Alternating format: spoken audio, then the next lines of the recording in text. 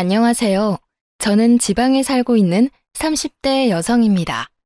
평소 사연을 듣기만 하다가 직접 제 사연을 소개하려고 하니 조금 떨려오는데요. 큰 용기를 내서 보내보는 사연이니 끝까지 함께 해주세요. 저는 남편과 소개팅 자리에서 처음 만났었어요. 생글생글 웃는 얼굴에 다정다감한 말투가 참 마음에 들었죠. 남편 역시 저를 마음에 들어했고 그렇게 저흰 뜨거운 연애를 했었죠.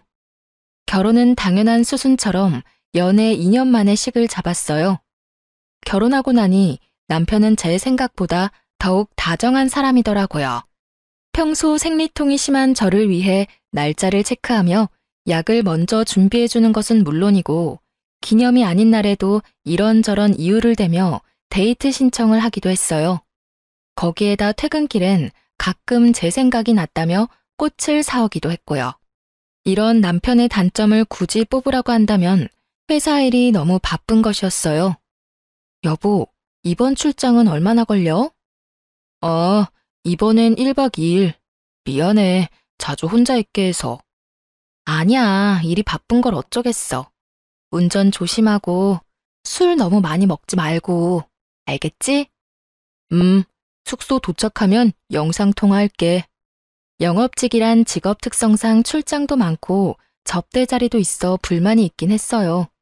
그래도 이렇듯 출장 시엔 숙소에서 영상통화는 물론이고 접대 자리에서도 자주자주 전화나 문자로 보고 아닌 보고를 해준 덕분에 늘 안심하고 기다릴 수 있었어요. 거기에다 평소에 워낙 잘하니 이쯤이야 대수롭지 않게 넘길 수 있는 문제가 되더라고요. 이런 저의 결혼 생활에 문제가 있다면 시댁이었어요. 결혼한 지 3년이 다 되어 가는데도 임신 소식이 전혀 없다는 것이 문제였죠. 시댁의 임신 압박 스트레스는 생각보다 더 힘들었고 결국 전 결혼 2년 차에 회사를 그만두고 본격적인 임신 준비를 위해 집에서 쉬기로 했죠. 그런데 집에서 쉬기 시작하니 더욱 시댁에서 저를 못 살게 굴더라고요. 왜 다들 아시죠? 뻑하면 시댁으로 불러 온갖 스트레스 덩어리를 주는 그런 시집살이. 저도 별반 다르지 않았어요. 처음엔 임신 압박으로 시작된 시집살이는 점점 갖은 트집을 잡으며 이유 없는 시집살이가 되어가고 있었어요. 전 이때껏 받아본 적 없는 스트레스에 시달리게 되었고 그런 상황에 견딜 수 없었던 저는 결국 남편이 극구 반대하던 병원 이야기를 다시 꺼내게 되었어요. 여보, 우리 아무래도 병원에 가보는 게 좋을 것 같아. 또 그 이야기야? 난 그렇게까지 당신 고생시켜서 아기 가지고 싶지 않다니까. 그냥 기다리다 보면 자연스럽게 생기겠지. 조금만 더 기다려보자, 응? 남편은 여전히 싫다고 했고 결국 진짜 이유를 남편에게 말하게 되었죠. 그게 사실은 나 요즘 어머님 때문에 조금 힘들어서 그래. 거의 날마다 시댁으로 불러서 임신 가지고 뭐라고 하시기도 하고 요즘엔 온갖 트집이란 트집은 다 잡으셔. 지난번엔 내 표정이 우중충해서 오던 아기도 도망간다고 말하셨다고. 뭐? 그게 정말이야? 그래서 너무 힘들어. 그러니까 우리 병원 가자. 뭐라도 해보자, 응? 진작 나한테 말하지 그랬어. 우리 집은 내가 잘 해결할 테니까 병원은 좀 더 생각해보자. 다시 한번 말하지만 당신 힘들게 고생시켜가면서까지 아기 가지고 싶지 않아서 그래. 그러니까 조금만 더 기다려보자. 우리 집은 걱정하지 말고. 이렇게까지 말하는데 제가 뭐 할 말이 있겠어요. 그냥 남편을 믿어보기로 했죠. 무엇보다 저를 위하는 마음만큼은 제가 확신하고 있었으니 이제 좀 괜찮아지겠거니 했고요. 하지만 남편의 호언장담과는 달리 시모는 계속해서 저를 시댁으로 불렀고 혼자서 괴롭히는 것은 성에 차지 않았는지 어느 순간부턴 시누이까지 집으로 불러 두 사람이 합심해 저를 괴롭히기 시작하더군요. 이 또한 지나가리 하며 참고 또 참았는데 결국 저의 서러움과 화가 터져버리는 일이 생기고야 말았죠. 그날은 시모에게 전화가 와 미역국과 갈비찜을 먹고 싶으니 재료를 좀 사오라고 하더라고요. 전 그런가 보다 하고 장을 봐 시댁으로 갔고 시모의 닭달에 엉덩이 한 번 땅에 붙이지 못하고 음식을 만들기 시작했죠. 한창 음식을 하다 보니 시누이가 왔고, 역시나 시누이는 주방으론 얼굴도 비치지 않고 시모와 수다를 떨기 바쁘더라고요. 얼마나 얄미운지 요리하는 내내 정말 욕이 절로 입에 머무는데 얼마나 참았는지 모릅니다. 그렇게 음식을 다 하고 나자 마치 하이에나처럼 시누이와 시모가 주방으로 들어오더군요. 옳게, 다 했어? 네, 다 했어요. 간 좀 보실래요? 맛있어 보이네. 엄마, 이거 담을 통 좀 줘. 시누이는 시모에게 음식을 담을 통을 요구했고, 시모는 묻지도 않고 당연하다는 듯 통을 주더라고요. 시모에게 통을 받은 시누이는 저에게 아무 말도 없이 음식들을 남김없이 통에 싸기 시작했어요. 도대체 이게 무슨 상황인가 싶더라고요. 제가 기껏 다 한 음식을 한 번 물어보지도 않고 당연하다는 듯이 통에 다 담아버리는 시누이와 그런 시누이에게 더 필요한 건 없냐고 하는 시모. 전 끓어오르는 화를 누르며 두 사람에게 물어봤어요. 아니, 이걸 왜 다 챙겨가시는 거예요? 저의 물음에 시모는 이렇게 말하더군요. 아, 그게 오늘 우리 사위 생일이라서 내가 챙겨가라고 불렀다. 너도 알다시피 얘가 음식 솜씨가 없잖니. 시모의 말을 들은 저의 인내심은 더는 남아있지 않았고 어이가 없어 표정이 점점 썩어가고 있었어요. 그런 제 표정을 본 시누이가 어이없게도 시비를 걸어오더군요. 옳게, 표정이 왜 그래? 혹시 기분 나빠? 평소에 저였다면 당연히 아니라고 하며 어떻게든 분위기를 좋게 이끌려고 했겠지만 저의 인내심은 바닥이었고 할 말은 하고 살자 싶더라고요. 계속해서 참고 살았다간 이대로 호구되는 건 불보듯 뻔한 일이었으니까요. 혹시가 아니라 당연히 기분이 나쁘죠. 누가 이런 상황에 기분이 좋겠어요?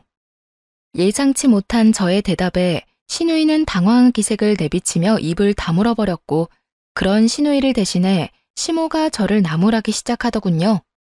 예, 너 먹는 거로 치사하게 구는 거 아니다. 이딴 음식이야 다시 하면 되는 거지. 뭐 그런 걸로 기분이 좋네 나쁘네 하는 거니?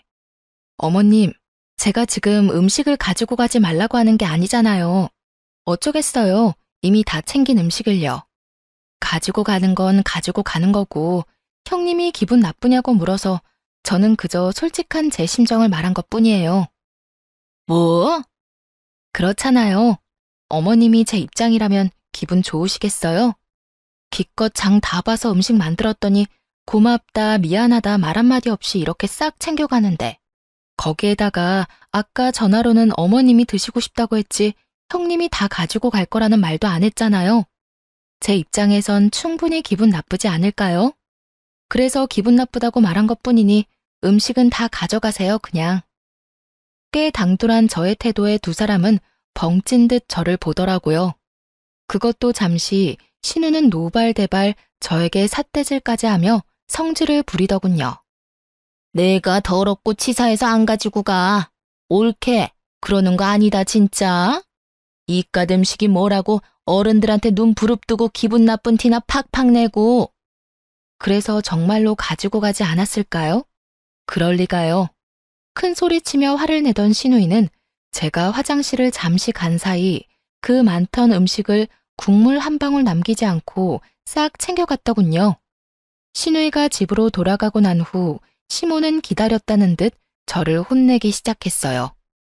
오늘은 네가 100번 1000번 잘못한 거야. 어떻게 시어머니하고 시누이한테 그렇게 인상을 쓰면서 기분이 나쁘다고 말할 수가 있니? 나 때는 정말 생각도 못한 일이다. 알겠니? 이때는 정말 대꾸하고 싶지도 않더라고요. 대꾸를 해봤자 이야기만 길어지고 욕만 더 먹겠지 싶어 입을 다물고 있으니 결국 또 시모의 입에선 지겹도록 들어온 임신 이야기가 흘러나오더라고요. 네가 그런 식으로 마음보를 쓰니 아기가 안 생기는 거야. 알겠어? 평소에 많이 베풀고 마음을 곱게 써야지 임신도 잘 되지. 말이 나왔으니까 하는 말인데 너희 노력은 하고 있니? 네, 매번 말씀드리지만 아기 저희도 원하고 있고 그만큼 노력도 하고 있어요. 그러니까 임신 이야기는 좀 그만하시면 안 될까요? 스트레스 받으면 임신이 더 안 된다고들 하잖아요. 안 할 수가 있어야 안 하지. 너희 병원이라도 가봐야 하는 거 아니야? 에휴, 다른 집 애들은 임신만 잘 된다고 하던데 우리 아들이 문제가 있을 리는 없고. 너 검사는 해봤니? 너한테 문제 있는 거 아니니? 그러지 말고 너 혼자 병원 좀 가보렴. 혼자 가기 그러면 내가 따라가 줄 테니 예약부터 좀 잡아봐. 저에게 문제가 있다고 확신에 차서 말하는 시모를 보던 전 결국 다시 화가 터져버렸고 입이 시원하게 터져버린 저는 시모에게 따지고 들었습니다. 어머님, 혹시 아범 전화 못 받았어요? 아범이 전화한다고 했는데요. 전화? 무슨 전화? 아니, 여기서 우리 아들 이야기가 왜 나오니? 나올만 하니까요. 저도 어머님 말씀처럼 병원이라도 가보려고 했는데 어머님 아들이 한사코 싫다고 거부해서 이러지도 저러지도 못하고 있다고요. 저라고 손 놓고 있고 싶어서 이러고 있는 줄 아세요? 어머님, 임신 안 돼서 제일 힘든 사람은 저라고요, 저. 우리 아들이? 왜 그랬지? 너 혹시 거짓말 하는 거 아니니? 제 말이 거짓말인지 아닌지는 그렇게 사랑하시는 아들한테 직접 전화해서 물어보면 되는 일이지 않을까요? 그러니까 이제 임신 가지고 저한테 그런 식으로 말씀하지 마시고 아범한테 말씀하세요. 자세한 이야기도 아범한테 들으시고요. 이렇게 계속 스트레스 받다간 어머님 말씀대로 오려던 아기도 도망가게 생겼으니까요. 그야말로 제 입에선 울분이 터져나오고야 말았고 더는 저를 건드리면 안 되겠다는 현명한 판단을 한 시모는 헛기침을 해대며 말을 돌려버리더군요. 너는 왜 소리까지 지르고 그러니? 그냥 좋게 좋게 말하면 될 것을. 그나저나 비가 오려나 무릎이 왜 이렇게 아픈 줄 모르겠구나. 넌 어디 아픈 데는 없니? 감기 조심해. 요즘 감기가 유행이라더라. 이미 마음이 상해버린 저는 시모의 말에 대답도 하지 않았고 그렇게 기분이 잔뜩 상한 채로 집에 돌아와 남편을 기다렸어요. 이런 분위기일 거라 전혀 상상치도 못한 남편은 오랜만에 일찍 마쳤다며 꽃을 사들고 집으로 돌아오더라고요. 기분이 상할 대로 상해버린 터라 꽃으로 마음이 풀릴 리 없었던 저는 남편을 보자마자 따져 묻기 시작했어요. 여보, 어머님한테 전화 안 드렸어? 당신이 알아서 해결한다고 했었잖아. 잘 설명한다며. 깜빡했다. 왜? 무슨 일이 있었어? 혹시 오늘도 불려갔다 온 거야? 오늘은 미역국이랑 갈비찜 드시고 싶다고 하셔서 기껏 장봐서 음식 다 만들어놨더니 형님이 싹싹 긁어가더라고. 그래서 이게 뭐 하는 경우인가 싶었더니 아주버님 생일이라서 나한테 음식 만들라고 했더라고. 뭐? 누나 진짜 미친 거 아니야? 자기 남편 생일 음식을 왜 당신한테 만들래? 거기서 끝인 줄 알아? 기분 나쁘냐고 하길래 기분 나쁘다고 했다고 혼나고 형님 가시고 나니까 임신 못한다고 또 혼나고. 나 진짜 힘들어, 여보. 요즘엔 내가 이렇게 혼만 나려고 당신이랑 결혼했나 이런 생각까지 들려고 그래. 진짜 미안해. 내가 요즘 회사 일로 바빠서 깜빡했어. 내가 이번엔 정말 잊지 않고 잘 해결할 테니까 마음 좀 풀어. 앞으로 그런 말 듣지 않도록 할게. 그래, 당신이 싫다고 해서 병원도 못 가는 거니까 병원 이야기, 임신 이야기 나오지 않게 중간에서 잘 이야기 좀 해줘. 남편은 제 말에 다시 한번 미안하다며 저를 잘 달래주었고 저는 그런 남편을 한 번 더 믿어보기로 했습니다. 그날 이후 남편은 잘 이야기했는지 저는 임신에 대해선 아무 이야기가 없긴 하더라고요. 그렇다고 해서 시집살이가 아예 사라진 건 아니었어요. 임신 압박만 없을 뿐이지 여전히 절 불러다 이런저런 일을 시키며 시집살이를 시키고 있었어요. 하지만 그럴 때마다 남편이 저를 잘 보듬어주고 잘 대해주고 있어 그 정도는 사랑하는 남편을 위해 참을 수 있다는 생각이 들더군요. 거기에다 미역국 사건 이후 저도 마냥 참으며 당하고만 있지는 않던 터라 몸은 고단해도 속은 시원할 때도 있긴 했어요. 물론 그런 저의 당돌한 행동이 때론 시모의 화를 돋우기도 했지만 대부분 시모가 목덜미를 잡았으니 뭐 나름 만족스럽기까지 하더군요. 그렇게 나름대로 시원한 상황을 보내던 어느 날, 다른 날과는 달리 시모에게서 새벽부터 전화가 오더라고요. 전 당연히 자고 있었고 제 전화를 남편이 대신 받게 되었죠. 여보세요? 꼭두 새벽부터 무슨 일이야, 엄마? 남편의 목소리엔 짜증이 가득했고 방이 조용하니 시모의 당황한 목소리가 들려오더라고요. 아, 그게 네 처는 어쩌고 네가 이 전화를 받아? 시간이 몇 시인데 자고 있지. 나한테 말해. 일어나면 전해줄 테니까. 아, 그게 그냥 중요한 건 아니고. 중요한 거 아니면 낮에 전화해, 낮에. 이게 뭐야? 새벽부터 사람 잠 다 깨우고. 아, 그리고 혹시나 해서 하는 말인데 오늘 집사람 나랑 약속 있으니까 집으로 부를 생각하지 말고. 약속? 무슨 일 있니? 중요한 일 있어. 그러니까 오늘 부르지 마. 그리고 이렇게 일찍부터 전화도 하지 마. 아니, 이제 집으로도 좀 그만 불러.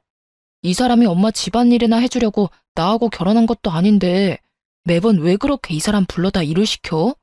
할 일이 많으면 차라리 돈 주고 사람을 불러. 내가 돈 줄 테니까. 어머, 누가 들으면 내가 마구 부려먹는 줄만 알겠다. 그렇게 힘든 일 시킨 적도 없어. 집으로 부른 거는 자주 보고 해야 가족 간의 정도 빨리 생기고 하니까 그런 거지. 가족 간의 정은 무슨? 정 붙이려다 있던 정도 떨어질 판국이니까 그만 불러. 이런 말 몰라? 시댁과는 멀리 지낼수록 좋다. 며느리는 절대 딸이 될 수 없다. 그러니까 이상한 논리로 이 사람 괴롭히지 말고 거리를 좀 두고 지내라고. 그러면 이만 끊어요. 나 조금이라도 더 자고 출근하게. 그렇게 남편은 전화를 끊어버렸고 잠이 완전히 깨지 않은 그 순간에도 남편이 얼마나 고마웠던지 몰라요. 남편이 아니었다면 그 새벽부터 불려가서 갖은 몸고생에 입씨름에 하루가 고단했을 것이 뻔했으니까요. 어쨌든 남편 덕분에 시댁을 가지 않아도 됐던 저는 간만에 늦잠까지 자고 일어나 상쾌한 기분으로 남편 회사로 찾아가기로 했어요. 남편과 밖에서 점심을 먹은 지도 오래된 것 같기도 했고 무엇보다 남편을 깜짝 놀라게 해주고 싶기도 했으니까요. 그래서 오랜만에 화장도 하고 가장 아끼는 옷을 입고선 남편의 회사로 향했죠. 그런데 그런 저의 발걸음이 제 인생을 송두리째 바꿔버리고 말았습니다. 남편의 회사로 향하는 길, 저는 혹시나 하는 마음에 남편에게 전화를 걸어보았지만 남편은 전화를 받지 않더라고요. 불안한 마음이 들긴 했지만 아침까지만 해도 외근을 나갔다는 말이 없기도 했고 늘 외근을 나갈 때면 연락을 해줬던 터라 그냥 남편의 회사로 계속 향했죠. 이윽고 남편의 회사 앞에 도착했고 전 다시 한번 남편에게 전화를 걸었어요. 남편은 전화를 받지 않고 있었고 아무래도 바쁜 것 같아 돌아서려는 순간 남편이 회사에서 급히 나오고 있더라고요.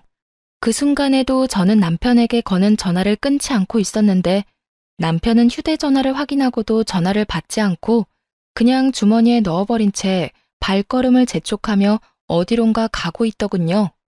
저는 남편의 뒤를 필사적으로 뒤쫓고 있었고 바쁘게 걷던 남편은 이윽고 어느 차에 빠르게 올라타더군요. 남편이 탄 차가 출발하는 그 짧은 찰나에 전 보고야 말았어요. 운전을 하던 사람은 여자였고 환하게 웃고 있는 그 여자와 남편은 그 찰나의 순간 포옹을 나눈 후 손을 맞잡는 모습을요. 워낙 순식간에 그리고 너무나도 충격적인 광경에 도저히 뒤쫓을 생각조차 못한 채 그 자리에서 굳어버렸어요. 제가 그렇게 굳어있는 사이 두 사람이 탄 차는 제 시야에서 사라지고 없더군요. 아무리 생각해도 믿기지 않았어요. 제 두 눈으로 확인했지만 믿고 싶지 않았죠. 꿈에서도 남편의 외도는 상상조차도 해본 적이 없기도 했고 그간 남편에게서 그런 낌새도 느끼지 못했던 터라 그 충격이 더욱 컸죠. 누가 상상이나 했겠어요?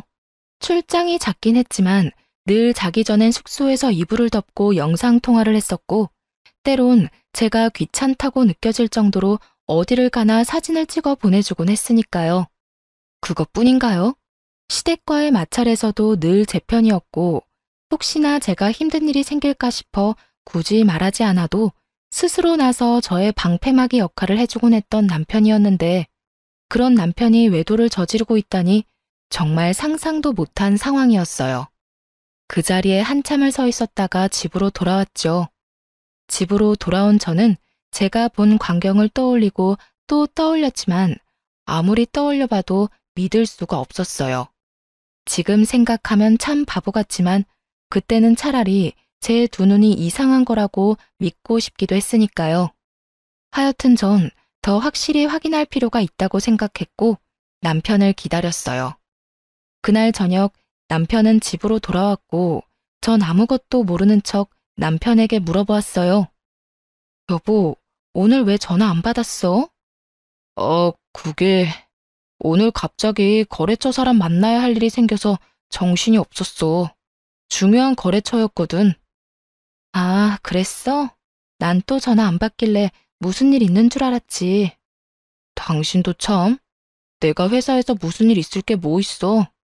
당신이야말로 무슨 일 있었어? 전화 여러 통 한 것 같던데. 아니, 그냥 오랜만에 당신이랑 점심이나 먹을까 했지. 밖에서 점심 같이 한지 오래된 것 같아서 말이야. 생각해보니 그렇네. 다음에 점심 먹자. 내가 좀 한가한 날 연락할게. 그래, 피곤할 텐데 먼저 자. 대충 얼버무리며 상황을 넘긴 저는 남편이 잠들기만을 기다렸고 남편이 깊이 잠이 든 것을 확인한 저는 휴대전화를 살펴보기로 했어요. 하지만 남편의 휴대전화는 잠긴 상태였고 아무리 머리를 굴려봐도 도저히 풀 수가 없더군요. 그래서 전 며칠 동안 남편이 휴대전화를 만질 때마다 티 안 나게 신경 써서 관찰했죠. 그렇게 3일 노력한 끝에 비밀번호를 알게 되었어요. 그렇게 열리게 된 판도라의 상자는 정말 충격의 연속이었습니다. 우선 상간녀의 정체는 다름 아닌 거래처 사람이었고 두 사람은 한두 달 짧게 만난 사이가 아닌 좋기 1년은 넘은 사이더군요. 거기서 끝이 아니었어요. 남편은 틈틈이 업소도 다니고 있는 듯 했는데 적어도 한 달에 한두 번은 예약한 문자가 남겨져 있더라고요. 그 모든 것이 충격적이긴 했지만 그중 가장 충격적이었던 건 당연히 상간녀와의 대화였어요. 자기야, 우리 이러다 나 임신이라도 덜컥하면 어떻게 해? 그런 걱정은 하지도 말라니까. 어떻게 걱정을 안 해? 나 자기한테 말을 안 해서 그렇지. 생리 날짜 밀릴 때마다 불안해서 미칠 것 같단 말이야. 자기야, 진짜 걱정 안 해도 돼. 사실 나 결혼하기 직전에 정관 수술했어. 난 아기 생각이 전혀 없는데 결혼하면 아기가 생길 수밖에 없을 것 같아서 와이프 몰래 정관 수술해버렸어. 그러니까 그런 걱정은 안 해도 돼. 정말? 다행이긴 한데 자기 와이프 불쌍하다. 자기 집에서 임신 가지고 장난 아니게 뭐라고 한다며. 자기 와이프는 아무것도 모르고 임신 안 된다고 혼자 끙끙거리고 있을 거 아니야? 그래서 내가 우리 집엔 임신 문제로 이야기 꺼내지 말라고 했지. 그 문제는 우리가 알아서 한다고 말이야. 요즘 같은 세상에 굳이 왜 애를 낳아야 하는지 난 이해가 안 돼. 난 자유를 누리고 살고 싶다고. 그런데 애가 있다고 생각해봐. 자유가 되겠어? 상상만 해도 너무 싫어. 그게 무슨 고생이야. 밖에선 돈 번다고 힘들고 집에 들어가선 애랑 마누라 본다고 힘들고 안팎으로 그게 무슨 고생이냐고. 그야말로 억장이 무너지더라고요. 되지도 않을 임신해보겠다고 그간 열심히 다녔던 회사까지 그만두고 노력하고 있는데 남편이란 인간은 밖에서 온갖 더러운 짓과 함께 저 몰래 수술까지 했다뇨. 그러면서 집에 와서는 세상에 둘도 없는 다정한 남편인 척 연기한 그간의 행실이 떠오르며 온몸에 소름이 돋더군요. 남편의 휴대전화를 살펴보며 이혼을 마음먹게 되었고 이혼 시 확실한 증거를 위해 남편에게 사람을 붙이게 되었습니다. 그렇게 때를 기다리며 복수를 계획하고 있는데 남편의 출장 소식이 들려오더라고요. 얼마나 기뻤는지 몰라요. 그 출장은 외도 여행임이 분명했으니까요. 그렇게 내적 기쁨으로 설레는 나날들을 보내고 있는데 한동안 조용하던 시모에게서 또 연락이 오더라고요. 아가, 오늘 바쁘니? 들어보니 우리 아들 출장 갔다고 하던데 그게 바쁜 일 없지? 뭐 때문에 그러시는데요? 다름이 아니라 저번에 네가 해준 갈비찜이 너무 맛있어서 그러는데 오늘 와서 좀 더 해주면 안 될까? 갈비찜이요? 그래, 갈비찜. 그거 하는 김에 잡채랑 전복구이, 그리고 전 3가지 정도도 간단하게 해주렴. 급하니까 지금 바로 장 봐서 오려무나. 제가 바보가 아닌 이상 알 수 있더군요. 이번에도 신우이의 짓이구나 하고요. 누가 들어도 잔치 음식임을 알 수 있었고 또 내 손을 빌려 신우이의 시댁어른 중 한 명의 생일상을 차리려고 하는구나 하고요. 그렇게 전 100% 신우이가 필요한 것이라 확신했고 알겠다고 말하고선 장을 봐 시댁으로 갔어요. 시댁에 들어서는 저의 예상대로 신우이는 소파에 앉아 TV를 보고 있었고 저를 보고서도 인사조차 하지 않더군요. 이번에도 음식을 다 만들었다 싶으니 신우이는 주방으로 슬금슬금 들어와 고맙다는 말 한마디 없이 음식만 쏙 챙겨가 버리더군요. 저 역시 기대도 하지 않았던 터라 그냥 그렇게 신우이를 보내주었고 저 역시 집으로 돌아가기 위해 가방을 챙기니 시모가 득달같이 다가와 닥달하더라고요. 너 뒷정리는 안 하니? 주방을 저꼴로 만들어 놓고 그냥 가면 뒷정리는 누가 해? 평소 저는 정리를 하며 음식을 하는 스타일인데 그날은 정리는커녕 더욱 어지르며 음식을 만들었고 그 덕분에 주방은 엉망진창이 되어 있었죠. 일부러 주방을 그 꼴을 만들었던 저였기에 저는 시모를 바라보며 이렇게 말했어요. 어머님, 저도 웬만하면 뒷정리까지 해놓고 가고 싶은데 아시다시피 오늘 만든 음식 가짓수가 많잖아요. 그래서 그런지 몸살이 오려나 몸이 으실으실한 게 금방이라도 쓰러질 것 같아서요. 그러니까 뒷정리는 어머님이 좀 해주세요. 그럼 저는 먼저 가볼게요. 저의 천연덕스러운 연기에 시모는 콧방귀를 끼며 어떻게 해서든 저를 붙잡으려고 했지만 저는 시모의 모든 손길과 말을 무시한 채 집으로 돌아와 버렸어요. 그렇게 룰루랄라 집에서 즐거운 시간을 보내고 있는데 신우이에게서 전화가 오더군요. 옳게, 도대체 음식을 어떻게 한 거야? 간 안 봤어? 음식이 죄다 짜고 달고 쓰고, 아우 정말, 이게 뭐야? 그래요. 누구 좋으라고 정성껏 맛있는 음식을 차릴 필요가 있겠어요? 음식으로 장난치지 말라는 말이 있지만 한번 당해바란 심정으로 소금 2봉지와 간장 1통을 거기서 다 쓰고 왔어요. 당연히 사람이 먹을 만한 음식이 아니었는데 여우 같은 신우는 당당하게 자신이 요리했다고 시댁에 가져간 거였죠. 간도 하나 안 보고 말이죠. 자기가 직접 요리한 척 연기한 가증스러운 신우에게 한마디 건넸어요. 그렇게 잘하면 형님이 직접 하시지 그랬어요? 뭐? 지금 그걸 말이라고 해? 이딴 식으로 할 거였으면 내가 했지. 왜 한다고 나서서 이런 망신을 당하게 해? 아니, 해달라고 한 사람이 누군데 이제 와서 제 탓을 하세요? 저는요, 해달라고 해서 해준 것뿐이지 맛있게 한다는 말은 한 적이 없다고요.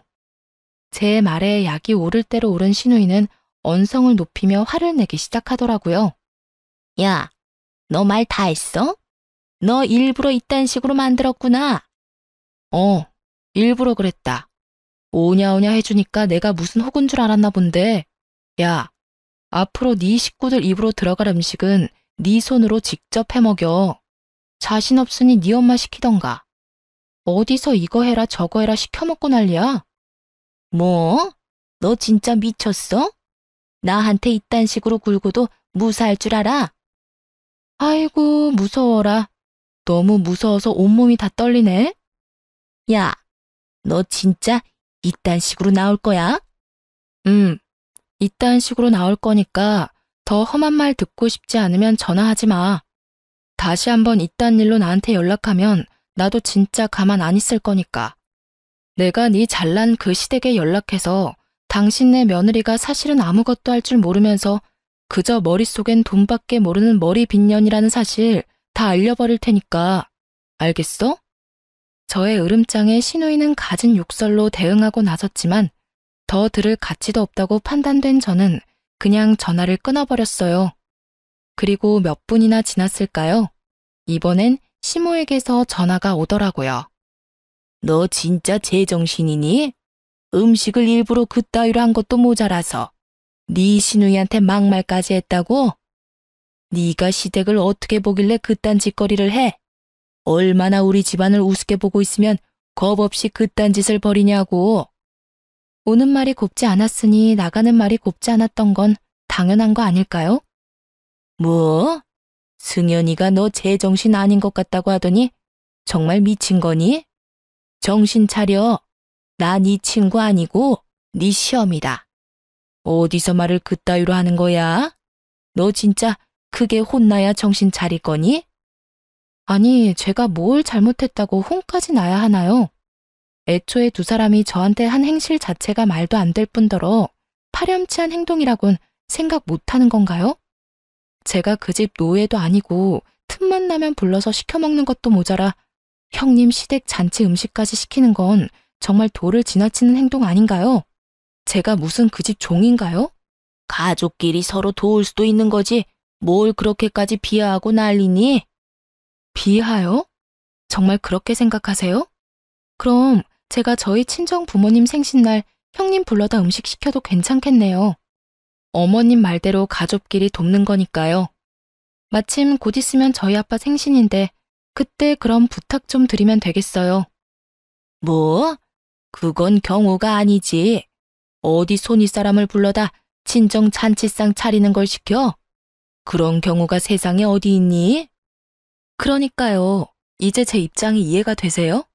그러니까 다신 이런 일로 저한테 연락하지 마시고 저 역시 시댁에 다신 발걸음도 안 할 거니 부르지도 마세요.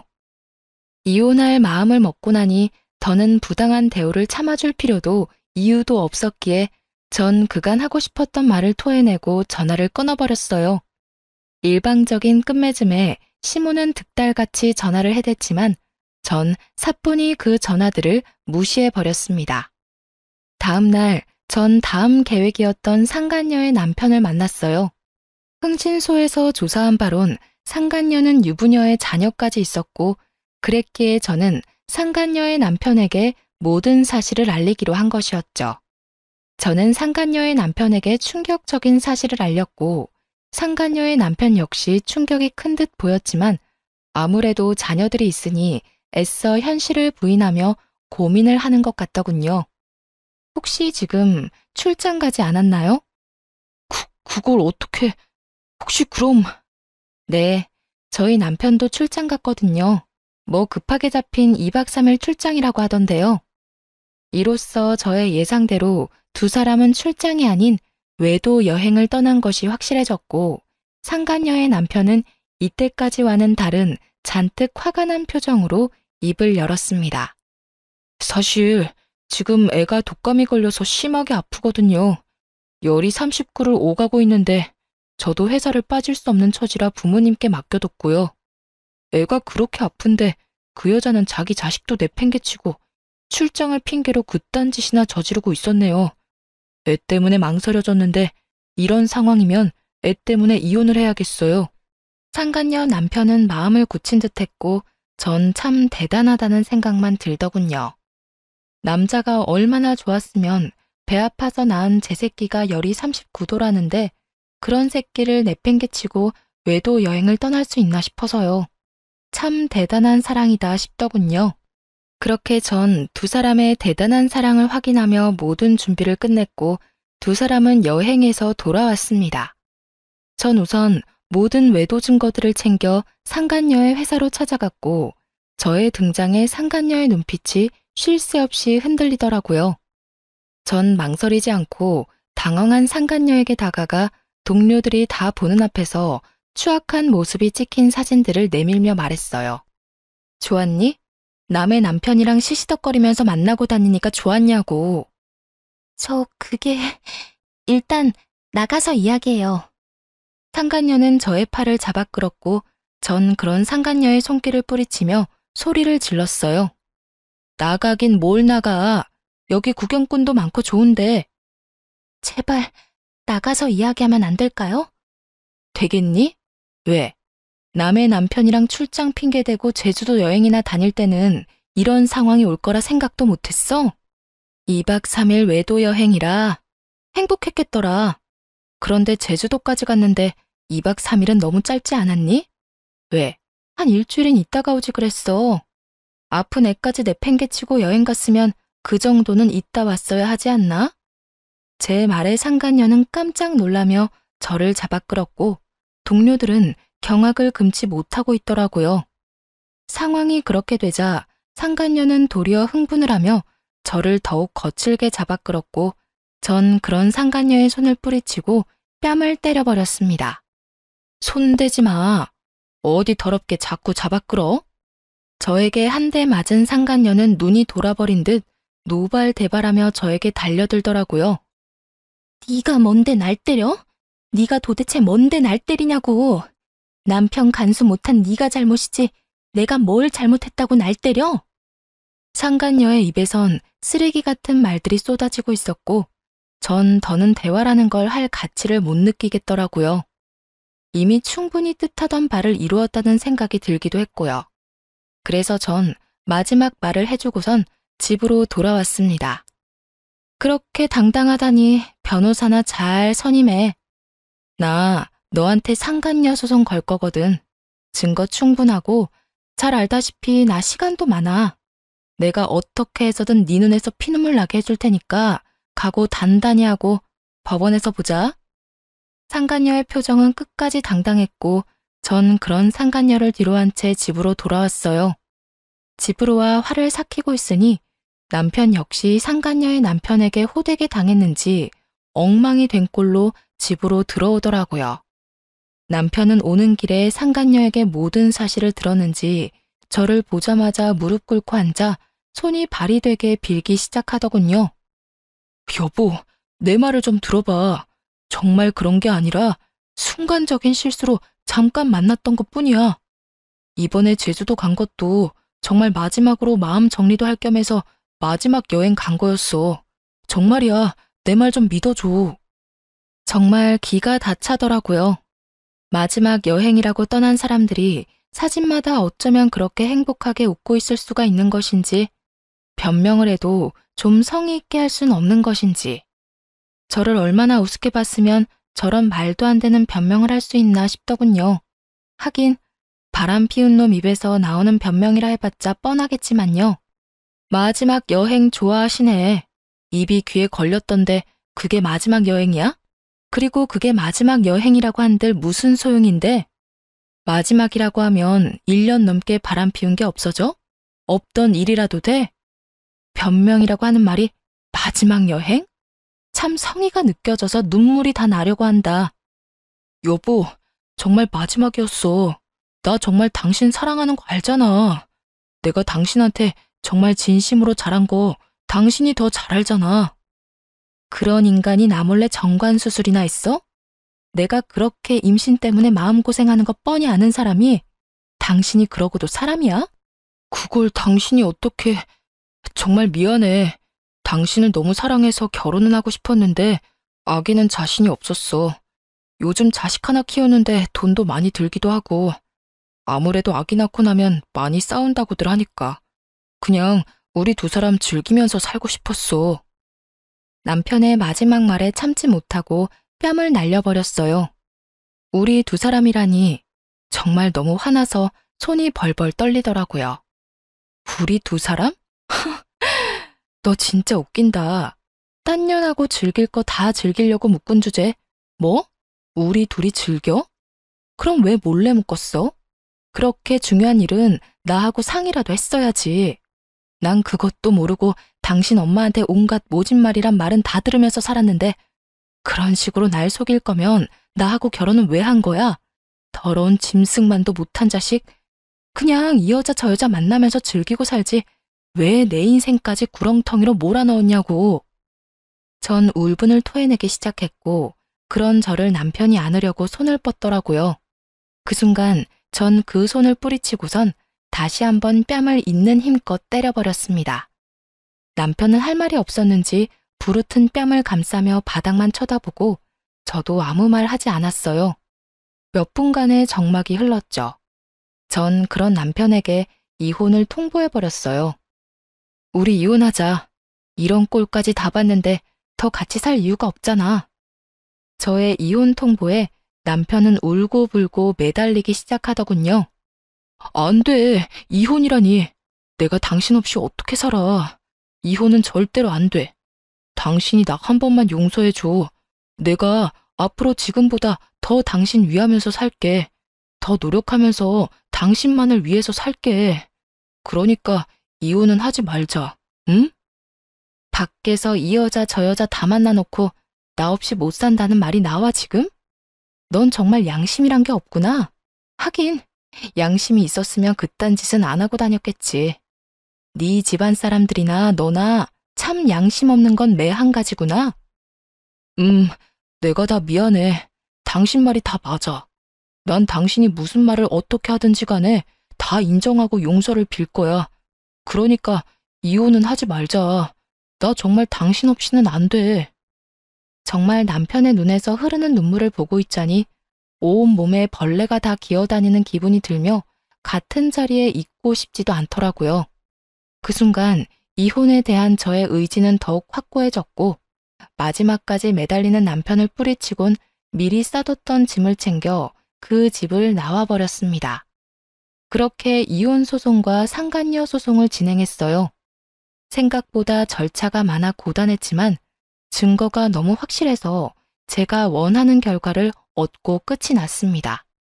소송이 진행되던 사이 전 남편과 상간녀는 회사에서 쫓겨나다시피 사표를 냈다고 하더군요. 상간녀 역시 이혼은 자명한 일이었고 상간녀와 남편 두 사람은 이중으로 위자료를 지급해야 했었기에 그간 모았던 돈은 물론 빚까지 내야 하는 건 불보듯 뻔한 일이었죠. 거기에다 그 대단하던 사랑도 소송 앞에서는 별 수 없었는지 소송이 진행되는 내내 눈만 마주치면 서로를 탓하며 싸우기 바쁘더군요. 이게 다 너 때문이야. 네가 먼저 술 한잔하자고 나한테 연락했잖아. 내가 먼저 그랬다고? 말은 바로 해야지. 가끔 만날 때마다 은근슬쩍 스킨십하면서 꼬신 사람이 누군데? 하도 노골적이게 다가오길래 불쌍해서 술 한잔하자고 했더니 좋다고 나와서 술 취한 척 해놓고 지금 누가 누굴 탓해? 노골적? 참나, 노골적으로 쳐다본 사람이 누군데? 하여튼 이건 전부 네 탓이야. 다 너 때문이라고. 너 때문에 난 내 자식도 못 보고 살게 생겼어. 어떻게 책임질 거야? 그렇게 자식 생각하는 여자가 애 내팽개치고 나랑 제주도까지 갔냐? 이제 와서 모성에 넘치는 척하기는. 뭐? 나쁜 놈이 너 말 다 했어?